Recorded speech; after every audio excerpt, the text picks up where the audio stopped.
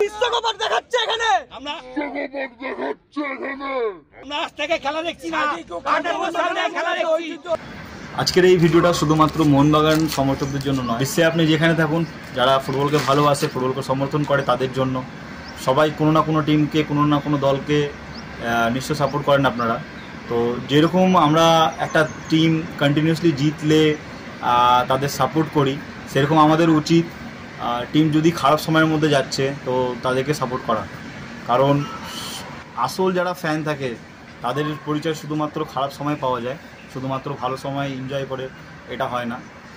আর কালকের ম্যাচের কথা বলি, কালকে ম্যাচ যেই টিমের এগেনস্টে মোহনবাগান খেলেছে, সেই টিম পুরোটাই তাদের ফার্স্ট 11 নিয়ে নেমেছিল মাঠে।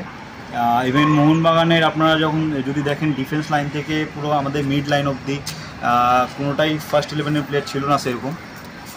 এমনকি যারা খেলেছে তারা গত কিছু ম্যাচের চান্সও পায়নি, রিজার্ভেও ছিল না, এরকম প্লেয়ার খেলানো হয়েছে।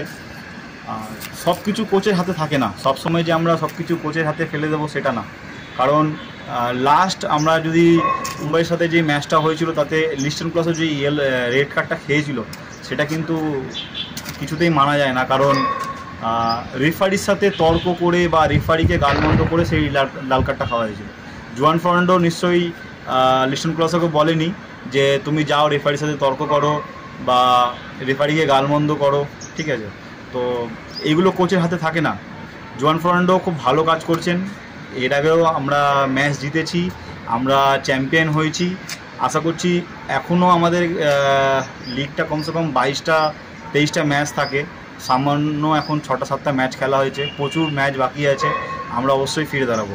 শুধুমাত্র মোহনবাগান সমর্থকদের কাছে আমার এইটাই চাওয়া যে যেরকম ভালো সময় আমরা এনজয় করেছি, খারাপ সময় এখন টিমের সাথে থাকবো, বাস এইটুকুই বলা ছিল।